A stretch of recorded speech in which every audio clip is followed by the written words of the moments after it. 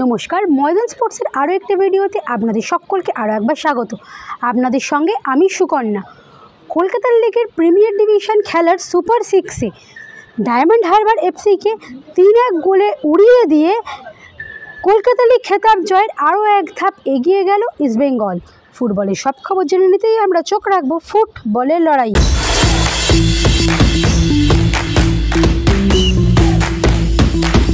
পিতৃপক্ষে মশাল জ্বলল ইস্টবেঙ্গলে। ডুরান্ডে হারের বদলা নিল লাল হলুদের রিজার্ভ দলের ছেলেরা। রবিবাসরীয় বিকেলে কিশোর ভারতীতে ডায়মন্ড হারবার এফসিকে উড়িয়ে দিয়ে লিগ খেতাব জয়ের আরও কাছে লাল হলুদ ব্রিগেড। ডেভিডের গোলে প্রথমে এগিয়ে যায় ইস্টবেঙ্গল। বিরতির পর পবন গোল পরিশোধ করলেও ডিসেন্টিকে জোড়া গোল করে লিগের রং লাল হলুদে রাঙিয়ে তুলতে চেষ্টা করেছেন। দেবীপক্ষের শুরুটা তাই লাল হলুদের হবে কিনা তার জন্য আর মাত্র এক সপ্তাহের অপেক্ষা। এই জয়কে অবশ্য বদলার জয় হিসেবে দেখতে রাজি নয় ইস্টবেঙ্গল।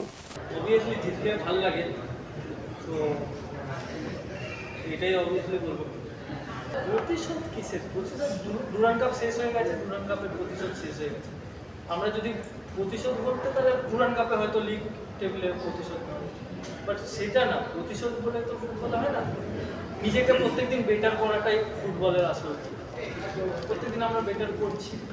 এটা কলকাতা লিগের টিম, অনেক জুনিয়র ছেলেরা খেলার সুযোগ পাচ্ছে, অনেক জুনিয়র ছেলেগুলো সবাই একসাথে মিলে আমরা জিততে পারলাম, এটাই খুশির বিষয়।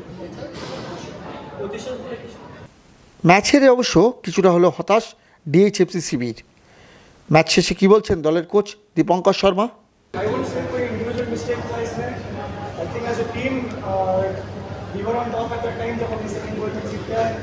Sometimes those moments happen कि they were able to take advantage of it and score. So I wouldn't say any individual mistake. We were trying to defend and we were maybe thinking more about getting the second goal, and that's where we lost focus on our chance. They were able to score.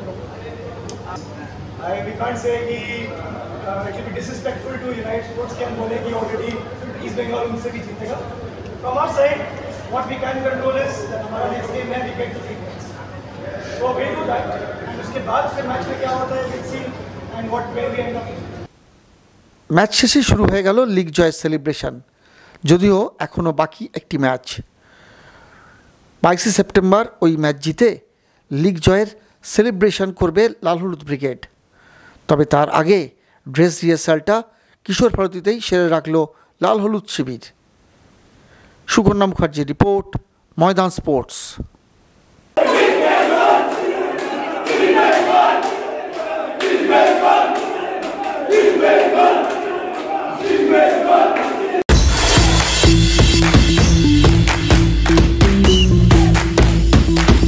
CAB নির্বাচনের মনোনয়নপত্র জমা দিলেন প্রাক্তন ভারতীয় অধিনায়ক সৌরভ গঙ্গোপাধ্যায়।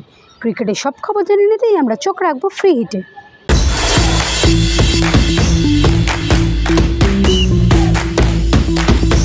মোহনবাগানের পর এবার সিএবিতেও জোট, তাই হচ্ছে না ভোট। 22 সেপ্টেম্বর সিএবি নির্বাচন, কিন্তু আজ ছিল মনোনয়ন জমা দেওয়ার শেষ দিন। অর্থাৎ 14 সেপ্টেম্বর মনোনয়ন জমা দিতে দেখা গেল না সৌরভদের কোনো বিরোধী পক্ষকে। তাই বিনা প্রতিদ্বন্দ্বিতায় সৌরভ গাঙ্গুলি আবার সিএবি মসনদে। সৌরভ গঙ্গোপাধ্যায় নন, সৌরভ গঙ্গোপাধ্যায়ের সঙ্গে আবার সিএবিতে ফিরতে চলেছেন বাবলু কোলে থেকে শুরু করে সঞ্জয় দাসরা। কি বলছেন সৌরভ এই দ্বিতীয় ইনিংস শুরু করার আগে?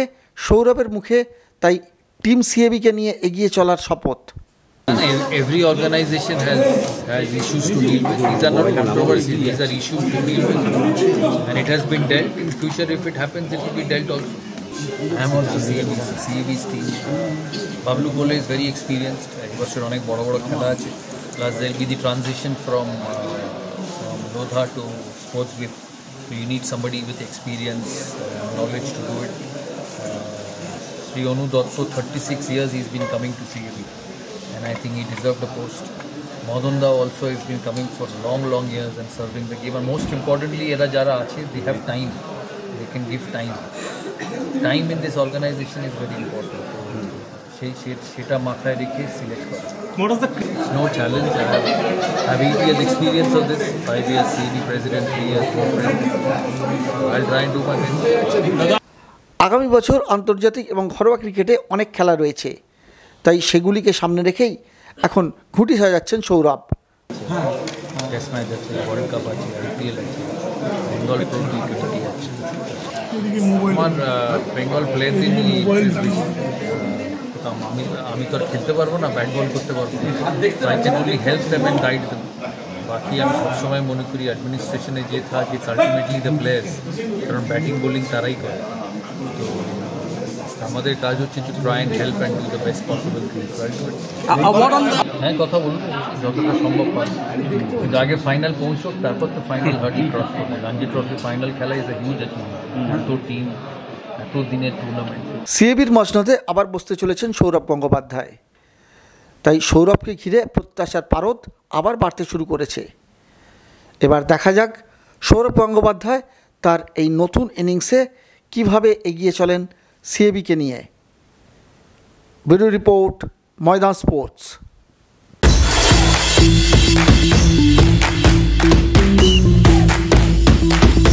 ভিডিওটি ভালো লাগলে লাইক করুন, শেয়ার করুন, আপনাদের মতামত কমেন্ট করে জানান, চ্যানেলটিকে সাবস্ক্রাইব করুন এবং পাশে থাকা বেল আইকনটিকে প্রেস করে দিন। দেখা হবে আবার পরের ভিডিওতে।